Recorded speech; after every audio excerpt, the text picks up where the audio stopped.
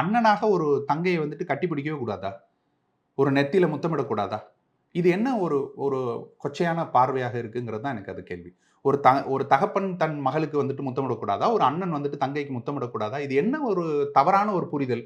ஒரு கையில போடுறதா இருக்கட்டும், ஒரு கை குலுக்குறதா இருக்கட்டும், இதெல்லாம் வந்துட்டு ஒரு தவறு அப்படின்னு சொல்லி இன்னொருத்தன கட்டிக்க போற பொண்ணு, நீ இப்ப போய் நிக்கலாமா? அப்படிங்கிறதெல்லாம் வந்துட்டு ரொம்ப கீழ்த்தரமான விஷயமா இருக்கு.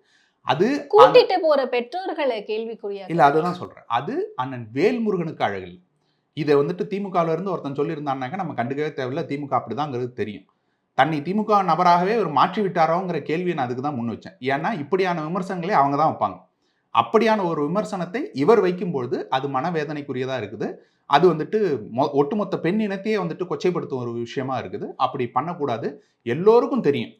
எல்லோரும் வயதுக்கு வந்த ஒரு சரியான நபர்களாக இருக்கிறார்கள். அவர்களுக்கு தெரியும் யாரை அணுகணும், யாரை அணுகக்கூடாது, யார் அருகில் நிற்கணும், யார் கையில் தோள் போடலாம், யார் தோளில் கை போடலாம். இது எல்லா பெண்களுக்கும் தெரியும்.